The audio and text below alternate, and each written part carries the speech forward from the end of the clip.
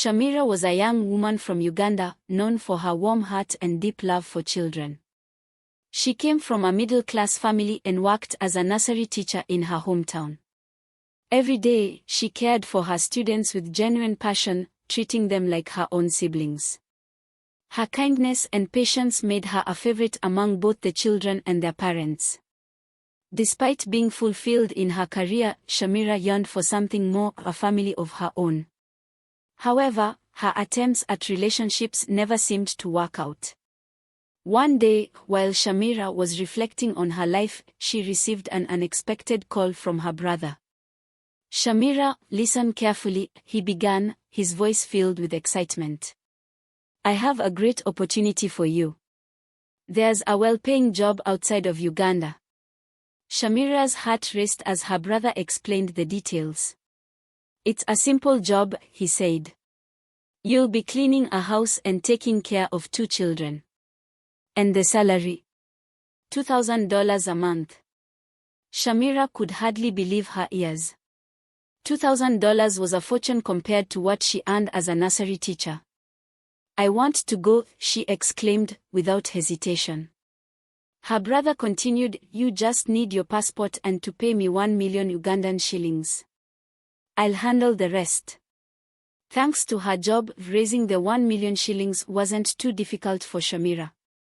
She handed over her passport, paid her brother, and anxiously awaited the next steps. A week later, she received another call. "Congratulations, Shamira. Your visa is ready," her brother announced. Shamira couldn't contain her joy. "Alhamdulillah," she shouted, grateful for the swift progress. Within a week, she was on a plane to Dubai, embarking on her first international journey. The flight, however, wasn't easy for her. It was her first time flying, and the experience overwhelmed her. She felt short of breath, nauseous, and eventually vomited. The flight attendants noticed her distress and quickly came to her aid. "Is this your first time flying?" one of them asked kindly. Shamira nodded, still feeling unwell.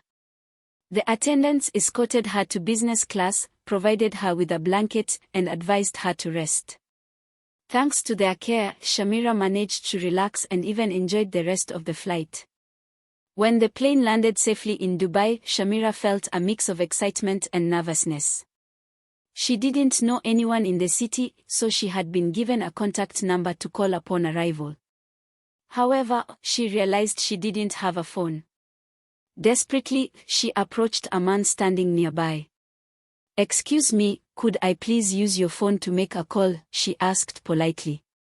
Luckily, the man agreed, but when she dialed the number, it was switched off. Shamira waited in the airport for hours, feeling increasingly anxious. She moved to the waiting area, hoping someone would eventually come for her, but no one appeared with a sign bearing her name. She eventually went outside to the parking area and sat down with her bags, feeling lost and alone. As she waited, an elderly local man passed by and noticed her distress. He handed her a bottle of water, some juice, and a biscuit, offering a small gesture of kindness that warmed her heart. After 5 long hours, a man finally arrived, holding her picture and scanning the crowd. When he saw her, he called out, "Shamira." She rushed over, relieved. "Here I am, sir," she said. "Quickly, come with me," he said, ushering her into his car. They drove for 3 hours until they arrived at a place called Ras Al Khaimah. There, they reached an office for maids, where Shamira was greeted by a stern Ethiopian woman named Salama. "Give me your passport," Salama demanded as soon as they arrived. "And don't talk to the other girls in the room." Shamira obediently handed over her passport and entered the room, where she found 5 other girls. They were all from different African countries, but one of them was also from Uganda. Shamira tried to strike up a conversation with her, but the girl was negative, only speaking ill of the country and the work. Despite the negativity, Shamira refused to lose hope. She trusted in God and believed that things would work out. The next morning, an Arabic couple came to the office and asked for her. You must be Shamira, the woman said, eyeing her critically. You look smaller than you did in the pictures.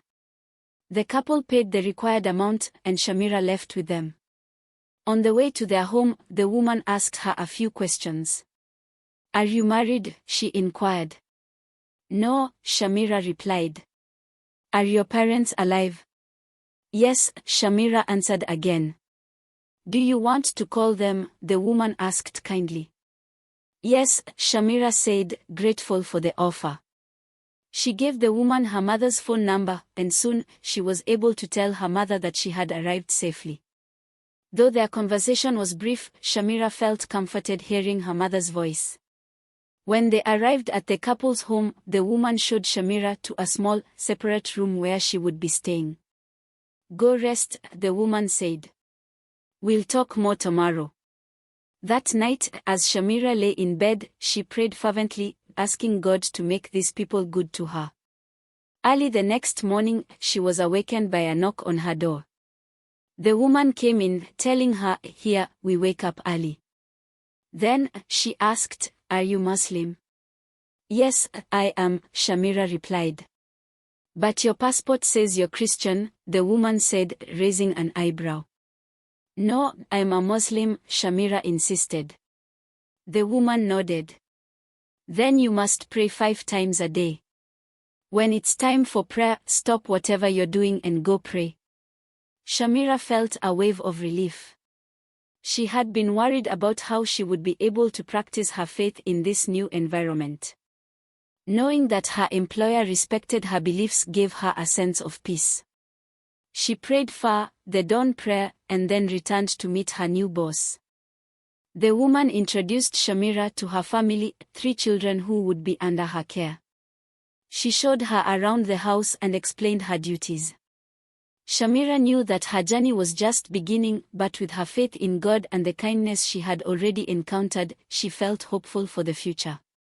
Shamira was not used to the intense workload that awaited her in Dubai, but she endured it with patience and determination. Her employers were kind and polite, and the children quickly grew fond of her. They loved her nurturing nature, and soon, Shamira found joy in the small moments she shared with them. However, the timing of her arrival presented a significant challenge. She had arrived just 1 week before Eid, a major holiday that required a great deal of preparation. In her first week, Shamira was thrust into a whirlwind of activity.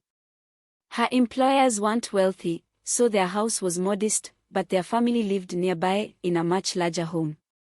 Arab culture emphasized family connections, and it was common for relatives to live close to one another. Once Shamira finished her work at her employer's house, she was sent to help at the home of her employer's parents. This house was much larger and had 2 other maids working there. Unfortunately, these maids, who had been there for a longer time, bullied Shamira because she was new. They made her do the bulk of the work, leaving her exhausted. When Eid finally arrived, it brought both joy and exhaustion. Early in the morning, everyone went to the mosque for the Eid prayer. It was a festive occasion, and one of the traditions in the Arab culture was to give money to others as a gesture of goodwill, especially to maids and workers. Shamira, who was easily recognizable as a maid, was given money by nearly everyone she encountered. Although she was unfamiliar with the currency, she was overjoyed by the generosity and kindness of those around her. After the prayer, the family gathered at the grandmother's house for a grand celebration. However, for the maids, this meant even more work.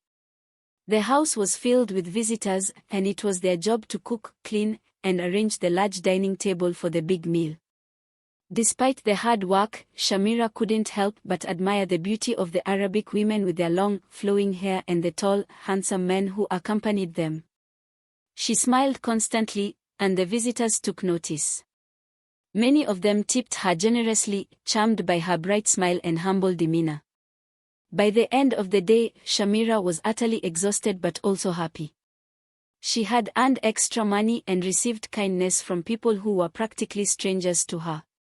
The next morning, one of her employer's sisters called, asking if Shamira could help clean her house as well. Since the family lived in the same area, her boss directed her to the sister's house. When Shamira arrived, she was awestruck. The house was enormous, filled with luxurious furnishings and decorations. It was clear that the woman was very wealthy. Shamira spent the entire day cleaning the vast space, but when she finished, the lady of the house was appreciative. She thanked Shamira, gave her some money, and offered her juice and bread as a gesture of gratitude. Shamira felt proud of her work and returned to her boss's house with a smile on her face. That evening, her boss called her aside. "Shamira," she said, "my sister would like you to help her regularly. Is that okay with you?" Shamira nodded, though she knew that this meant even more work. "That's okay, madam," she replied politely. The following morning, Shamira accompanied her employer to a large hypermarket for shopping. While there, she met a Ugandan man named Adam, who was driving a taxi. They exchanged numbers, and soon, they began chatting regularly.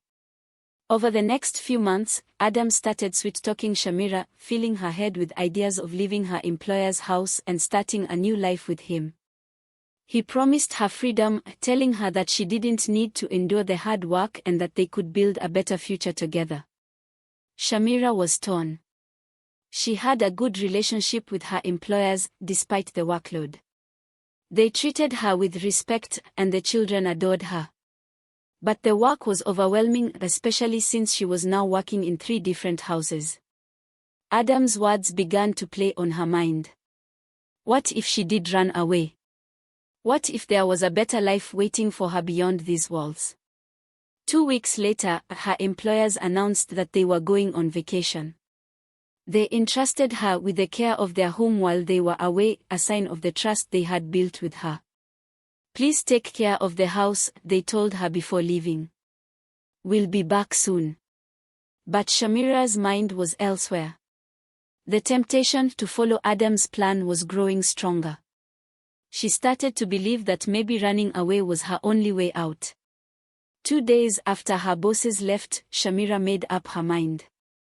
She packed her few belongings, took a deep breath, and left the house, stepping into the unknown. She had no plan, no idea where she would go, but she believed that this was her chance for something new. Little did she know that the path she was about to take would be far more complicated than she could have ever imagined.